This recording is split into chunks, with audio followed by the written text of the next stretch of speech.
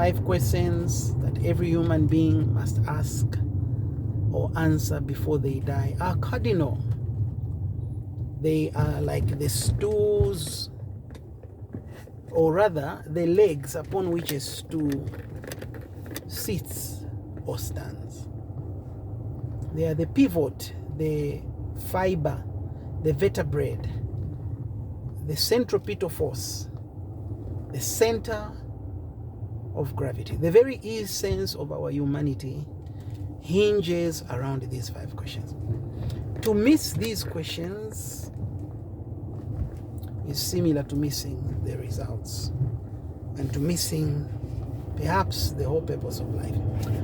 I would like to open this conversation with an analog, an anecdotal evidence, or even a conversation of a quiz a certain professor asked his students. 4 students ran away from campus in the middle of mock or midterm examinations. And the purpose they ran away is that in their hometown there was a party. And so they wanted to be a part of that party. And they had no excuse, at least not a legitimate, neither a legal one nor a legitimate excuse to leave the university. So upon returning, they had missed an exam, the very exam that they were running away from. And so the lecturer asked them, and they answered in rehearsed manner the reason as to why they were late for the exam, as to why they registered absence at the examination. And here was their reason. The 4 students said, "We missed the exam because on our way back from visiting our elderly sick parent, we had a tire burst. And so this tire burst caused us to miss our exam." Very nice reason, if you ask me. Especially if you liaise and rehearse and coerce and co-opt and cohabit, collaborate. They created a coherence, a cooperation of some sort, a cooperative, technically, of some sort. The lecturer looked and shook his head, what we call in Zambia, pukunyat, the head, anapukunyamut. It sounds better in vernacular. Anapukunyamut. He shook his head, somehow in utter disbelief, but he said, "That's not a problem. I've prepared a very simple exam for you. And this is the make-up test or the make-up examination for you. Once you pass this exam," and it's only got 2 questions. Once you pass this examination, whatever marks your friends got in the other exams will be equivalent to the marks that you're going to get in this exam. The students were so happy. One of the students says, "What are you going to ask us about? Is it about the subject that we missed?" The lecturer sensed the desperation in their voices and eyes, and he says, no, don't worry. It's about your trip. Just a simple trip. 2 questions about your trip."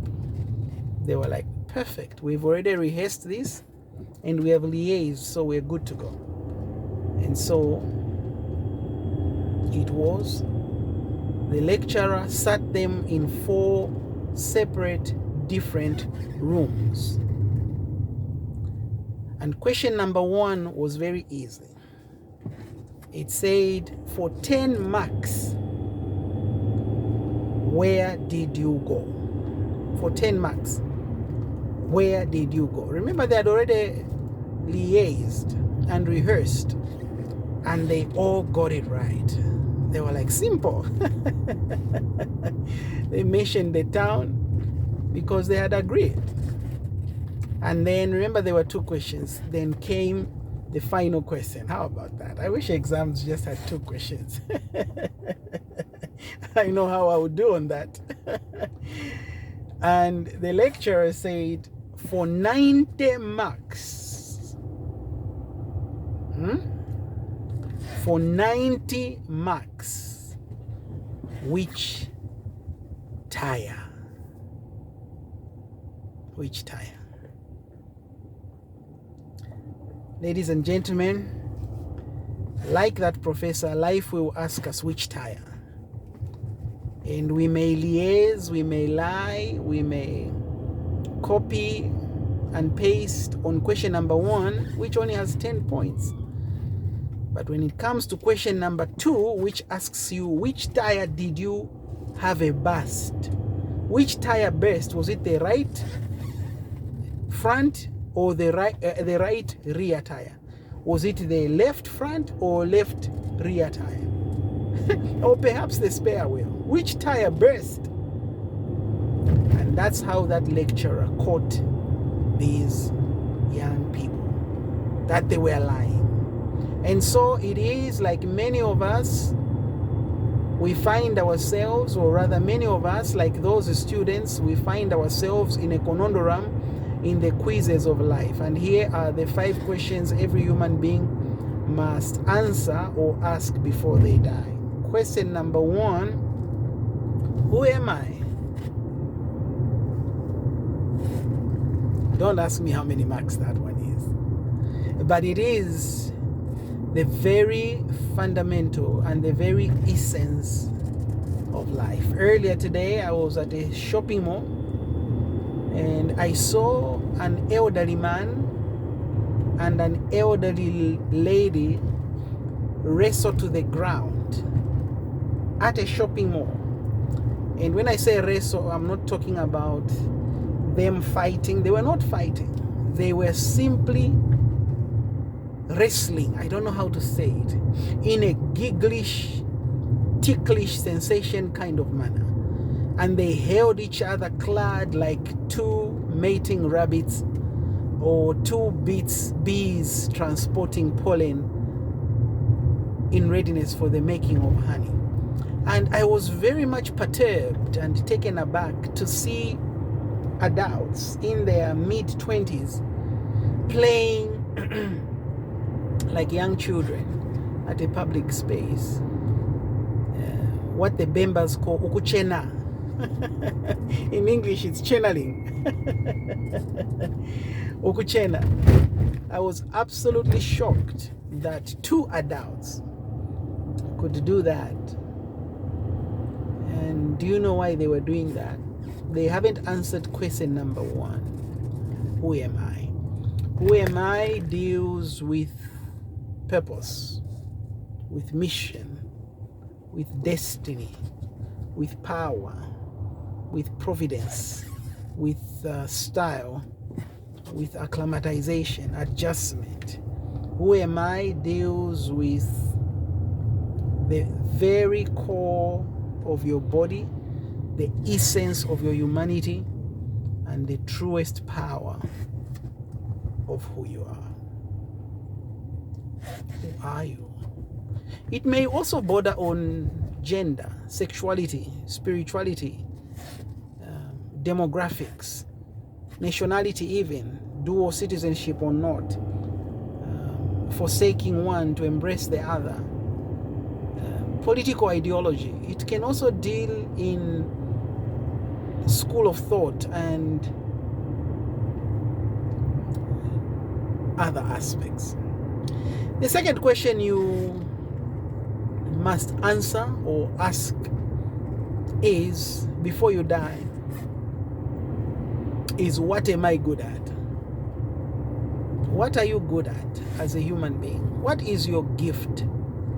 What has God put inside of you that He hasn't put in others? What is the true manifestation of your gifting, your proclivities? What are the things that come so easy for you, yet others struggle? What are the things that even you, deep down your heart, you know you ain't got it like that? You ain't got it like that. You don't go down like that. That is certainly something you found. Or if you didn't find it, it found you. What is that thing that only the manufacturer of your body, of your conscious, of your entire being could have dropped and deposited and hidden in there like pearls or hidden germs in the belly of your soul? What are you good at?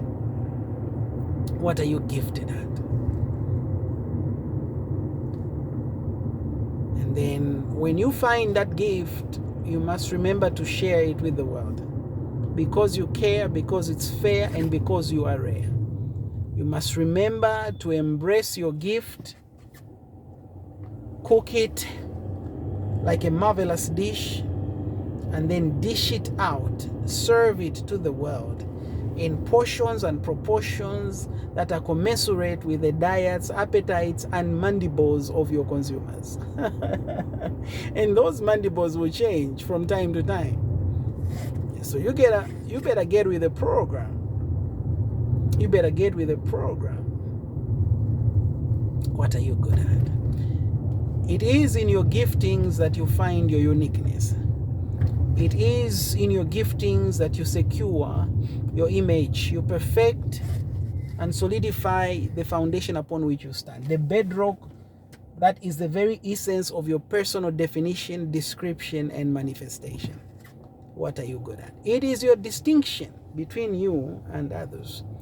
Your unique selling point, your unique offering to the world, and your unique celebration of your existence. The third question you must ask yourself, and perhaps much more critical because it undergirds and underlines the very, very, very nature of the future that you hold. And this question is, who am I becoming? Imagine in the 4 stages of metamorphosis, if the caterpillar once asked the villi what it was becoming, I don't think the butterfly would have had a chance to become, to manifest. Who you are becoming is the embodiment, the celebration of your DNA, of your humanity and your number plate as a human being. Who you are becoming is correlated to your purpose, your mission on earth, on the face of the universe. Who you are becoming must be fed the right proteins, the right diet to fully manifest who you are becoming. And who you are becoming, though, or rather who you are becoming may have some sort of bearing and reflection on who you used to be. It does, but not a whole lot. Not a whole lot. Who you used to be is a description of a particular stage that you once occupied, but it is not the prescription of who and what must be treated, resolved, calibrated, corrected in order to become the fullness of who you are becoming. So I'll give you an example. A woman conceives at the meeting of the spermatozoa and the ovary and the eggs produced by the ovaries. When they collide, fertilization occurs, pregnancy occurs. You can't see it. Trust me, you can't say it. The woman may or may not even feel it. The man, worse. The man will be in a different world, and I mean just that, both literally and metaphorically. But the woman is up. Now, who is she becoming at that stage? She has already become. She simply awaits the manifestation of who she already is. If she took a pregnancy test 24 hours later, the reading would indicate pregnant. Because of the hormonal changes and the chemical imbalances in her body, the reading of the pregnancy test would indicate pregnant. And if she took that reading 9 months from then, it would still indicate pregnant. And 1 day after delivery, if she took that pregnancy test again, the reading would say negative. Who is you becoming? My word for you today is what we are becoming is bigger than what we are.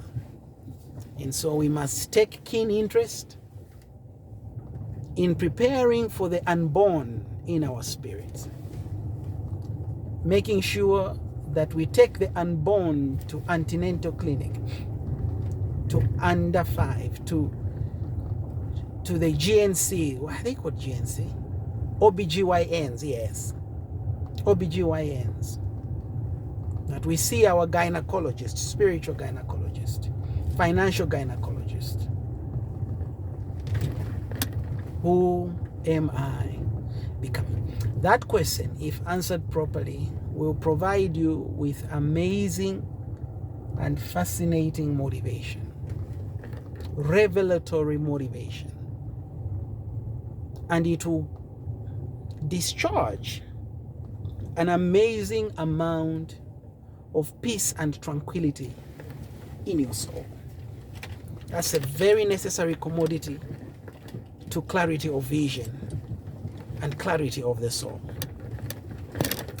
The last 2 questions you must answer, and the 4th one is slightly negative but positive in its own unique way. Why am I stuck? It's the 4th question. Why are you stuck? Why aren't you progressing? We did a session a couple of days ago for our young people. Actually, it was not for our young people, it was for the Wealth Creators class. And the session was entitled, Are You Your Own Saboteur for Your Dream? Are you wasting energy? Are you eliminating and diluting effort? Are you distorting resolute living in your life? What is it that you're doing that is counterproductive to your greater destiny and goal? The last question that you must answer is, what makes me unique? What makes me unique? What makes you stand out? What makes you different? What makes you powerful? What makes you attractive? You need to answer that. No one else should answer that question for you. You need to answer that. Ladies and gentlemen, when we answer these questions, not only do we answer any further questions in our lives, but we also open up great possibilities, great power, great passion, and we set ourselves, we make ourselves absolutely clear, absolutely wonderful to the many beautiful things that God has prepared for us. We do. And we do it with passion, We do it with favor, and we do it wholeheartedly. Who are you becoming? What are you becoming? How are you going to celebrate yourself? How are you going to build yourself, your caliber, your presence, your joy, your peace, your happiness? Whew. May the good Lord bless you. May He encourage you. May He build you. May He celebrate you. And may you never lack. May you never know the absence of happiness in your life. May you always know the presence of joy. Thank you for joining us. This is your friend and brother, Mobito now. I'll talk to you next time. Thank you for joining us. And remember the 5 questions every human being must answer before they die apply to you. Have a beautiful, glorious day. I'm out.